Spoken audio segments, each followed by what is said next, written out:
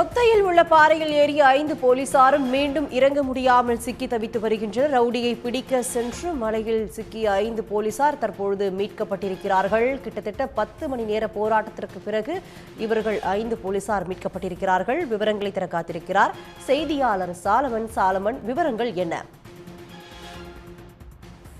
தென்காசி மாவட்டம் கடையம் பகுதியைச் சேர்ந்த பிரபல ரவுடி பாலமுருகன். இவர் மீது கேரளம் மற்றும் தமிழ்நாடு காவல்துறைகளில் 85க்கும் மேற்பட்ட வழக்குகள் நிலுவையில் உள்ளன.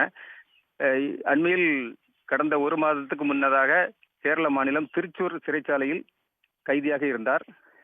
அருப்புக்கோட்டையில் உள்ள ஒரு திருட்டு வழக்கிற்காக தமிழ்நாடு போலீசார் கேரளா சென்று அவரை மீட்டு அருப்புக்கோட்டை நீதிமன்றத்தில் ஆஜர்படுத்தி பின்னர் திருச்சூர் நீதிமன்றத்துக்கு கொண்டு சென்றனர். அப்போது போலீசாரை தாக்கிவிட்டு அந்த கைதி பாலமுருகன் தலைமறைவாக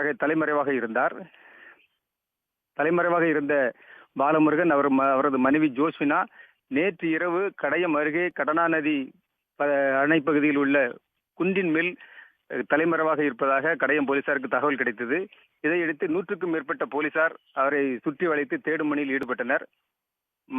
நேற்று இரவு மலைப்பகுதியில் சரியான மழை பெய்ததால் அவரை மீட்கும் பணியில் தொய்வு ஏற்பட்டது. அப்போது சுமார் 50க்கும் மேற்பட்ட போலீசார் மலையிலிருந்து இறங்கிய நிலையில் 5 பேர் அந்த மலையிலிருந்து இறங்க முடியாமல் சிக்கி தவித்தனர். இது குறித்து தகவல் அறிந்த ஆலங்குளம், சுரண்டை, தென்காசி மற்றும் கடையநல்லூர் தீயணைப்பு துறையினர் இந்த 5 காவலர்களை மீட்கும் பணியில் சுமார் 10 மணி நேரமாக உள்ளூர் சிறுவர்கள் முயற்சியுடன் ஈடுபட்டிருந்தனர். அதிகாலை வரை மீட்கும் பணியில் தொய்வு ஏற்பட்டது. லேசான வெளிச்சம் வந்த பின்னரே 5 பேரும் பத்திரமாக தற்போது மீட்கப்பட்டுள்ளனர்.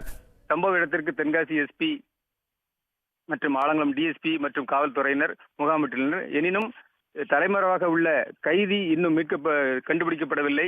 தொடர்ந்து போலீசார் அவர்களை தேடி வருகின்றனர் என்பது குறிப்பிடத்தக்கது.